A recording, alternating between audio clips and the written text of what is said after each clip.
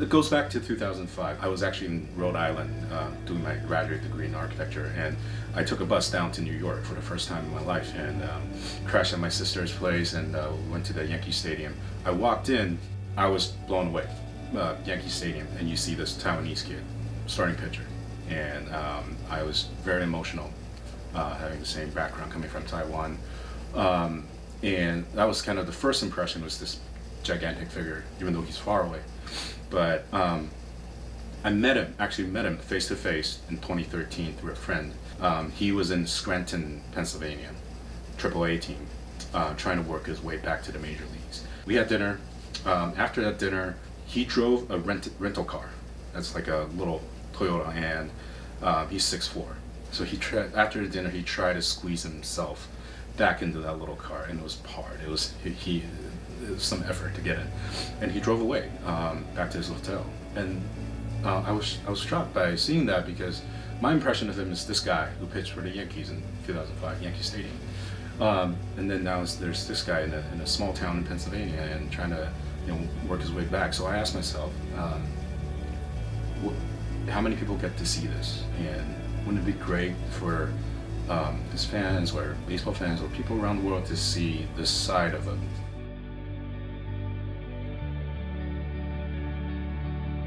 Obviously getting him to buy into this idea of having a camera with him all the time in his private life. This is the first. It's never been done before, and so that was kind of the biggest challenge, is to get him to trust the camera, to get him to trust you.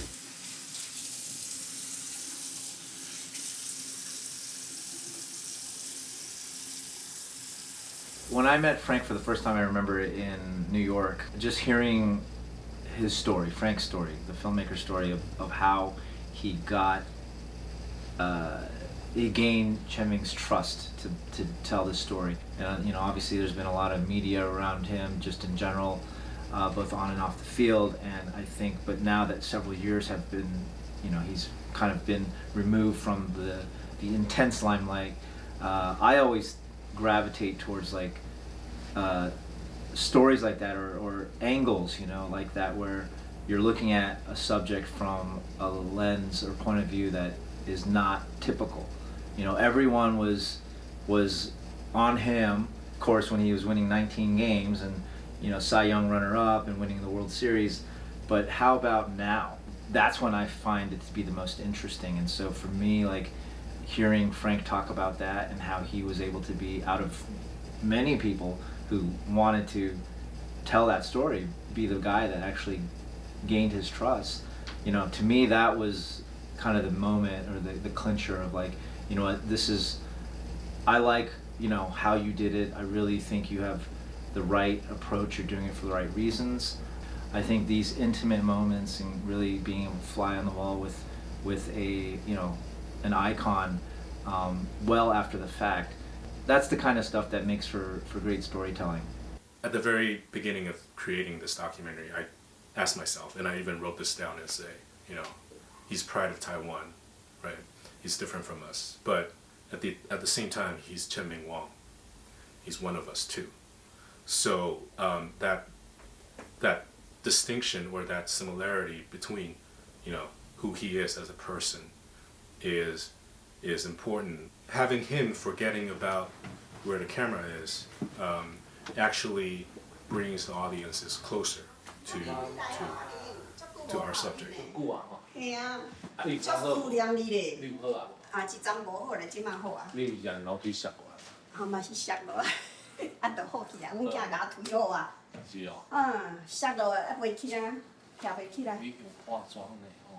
Being able to blend in is very important. What we're trying to do is to make the camera almost like a character, like a friend, to place the camera in the journey with Chen Ming Wang. One little tactic I would use is sometimes, when we go out to dinner, or when I'm alone with him during dinner, I would bring out a camera. I would place it on a dinner table, and I would tell Chen Ming, if I leave the camera in the car, it's gonna get stolen.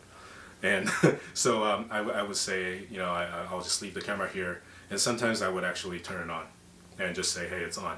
But this is just the process of letting him feel like the camera's here, but it's either it's recording or it's not recording. You don't have to worry about a thing. It's just going to be part of our interaction, and I think gradually he kind of start forgetting about the camera, and in a way, when you're watching this film, Chen Ming Wang is one of us. In the beginning of the dinner, we stay far away using a telephoto lens to capture the organic conversation in the dinner table.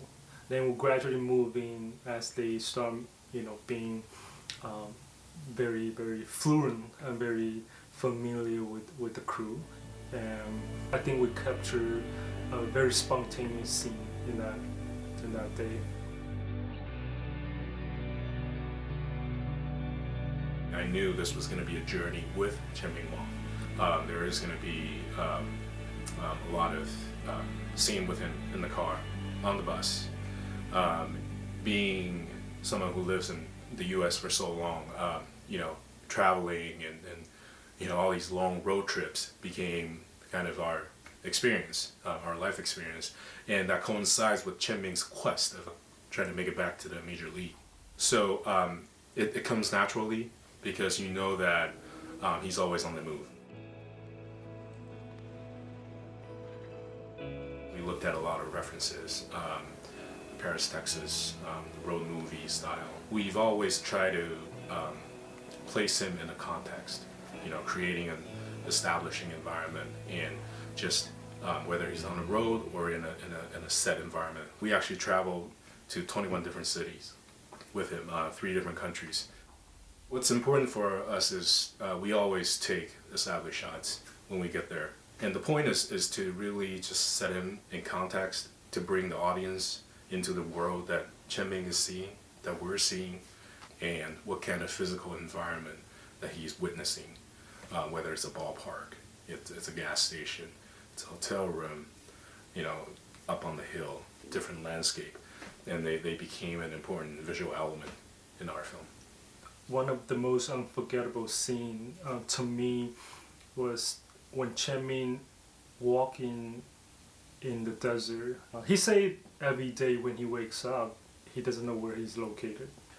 To me, as a Taiwanese person working in the United States, I think this is something both Frank and I can relate to. To me, this is a film about his quest back to the major leagues. So it is, in a sense, it's a baseball movie, but we would have to incorporate more layers into this documentary in order to enrich that viewing experience. So in the very early process, I put down a question on my notebook. I said, "Where is home?"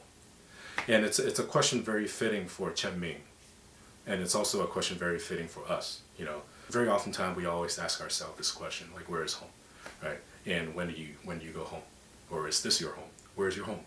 Right? So and that's something that throughout this entire process I asked Chen Ming a lot. 自己也会想说，不晓得在这边会多久，然后回到台湾，他们也老了。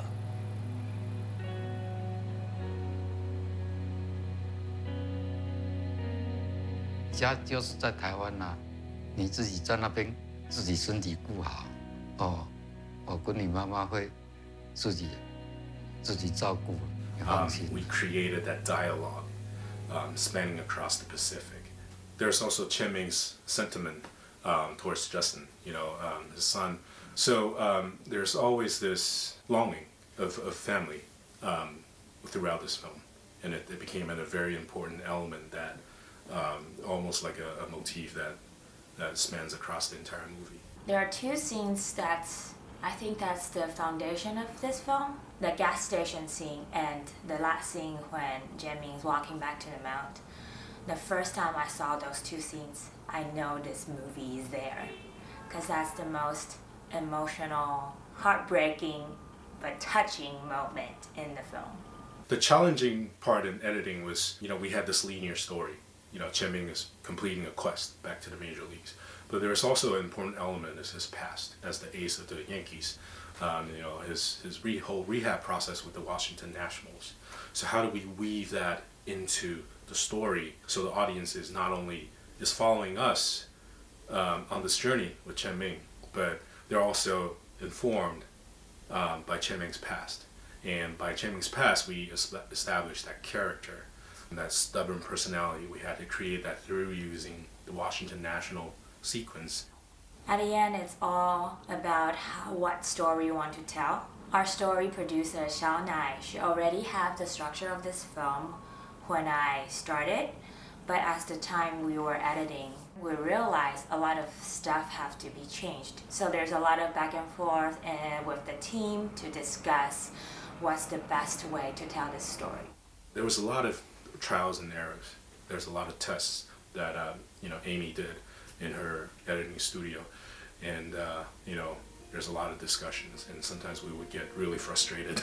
It was a very long process. It actually took us about 16 months to complete. Yeah, so coming in, I knew music was going to be very important. It helps us set a tone, helps us set a pace, and it actually informed us a lot during the editing process.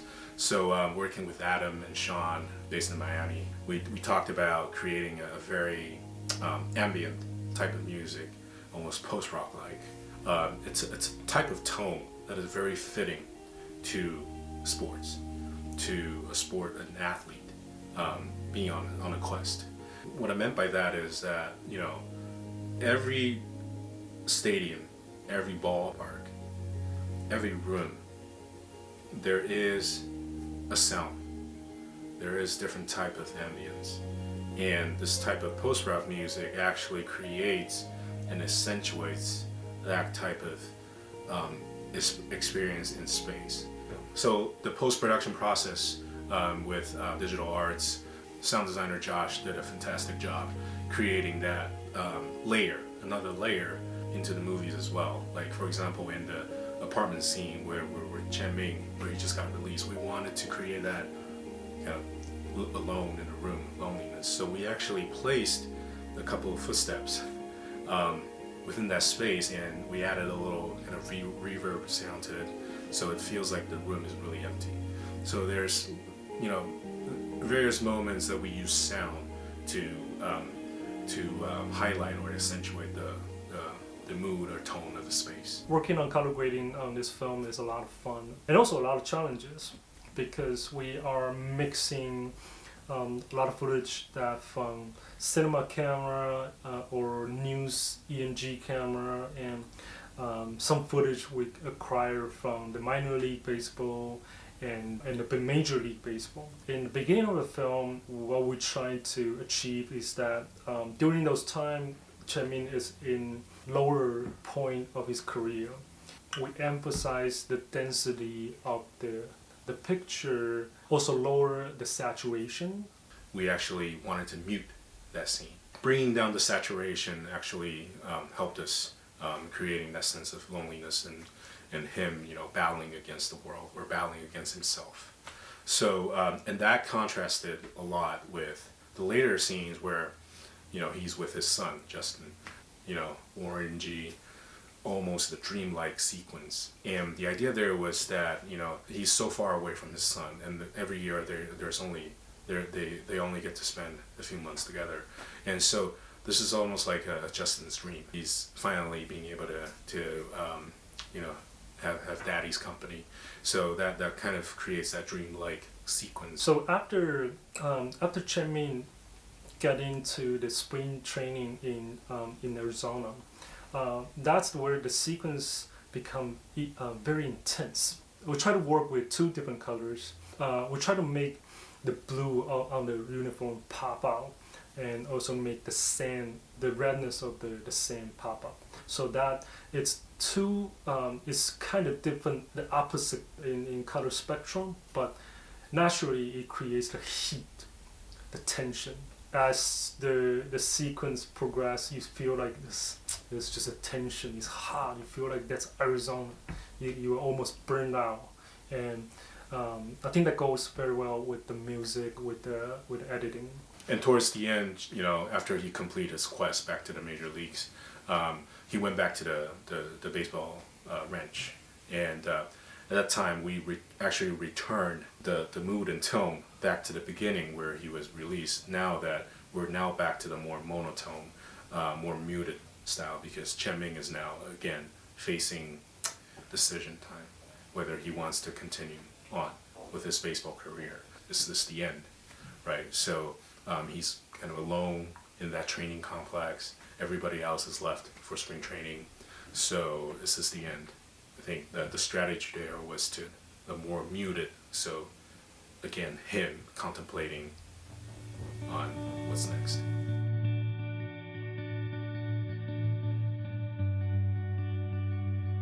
This film came to me after it was pretty much already shot. So Frank and I got introduced, and I instantly fell in love with it. So knowing the general lay of the land when it comes to making documentaries on little to no budget, as a one-man band, in Frank's case it was him and Haitao, the cinematographer, and they really knocked it out of the park. For me it was very easy to slide in and just kind of use my resources to help put the, add the finishing layer of what this film needs, which is, helping it find its audience, helping it find its distribution in this world. From the very beginning, I knew this was going to be a film that we're going to play in Taiwan theatrically, but I also knew that this is a universal story, right? A story about a man not wanting to give up, not wanting to let go. And I think it relates to everybody. It's something that we're all going to face, obstacles along the way, the course of our lives. So Brian and I looked into, trying to get us onto the festival circuit here in the States, and luckily we got into a few festivals in California. So we did our world premiere there in Los Angeles, and to San Francisco and New York. Took home some awards in Vancouver, and so we knew that the next thing for us was to try to get it onto a theatrical release, and it wasn't easy because it's a documentary, it's a sports figure.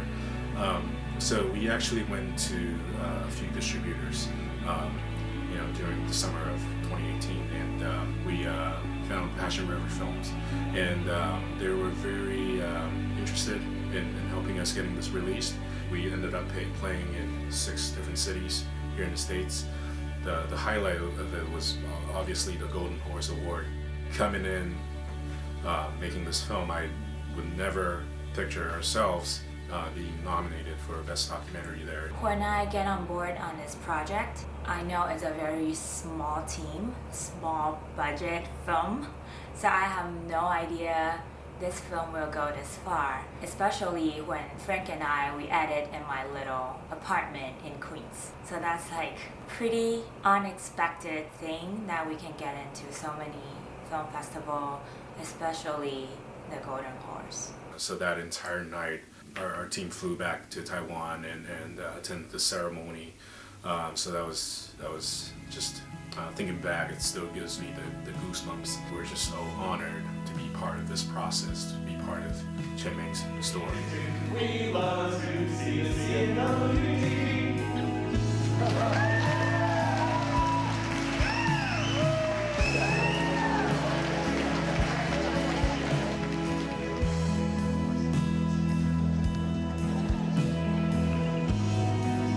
It's a heartwarming story of someone that's hit hard by obstacles in their life and finding the determination and just putting in the hard work to continue on the journey of the things that are really meaningful. And it touches me as a person, as another filmmaker, to set really high goals and just keep pushing forward no matter what happens.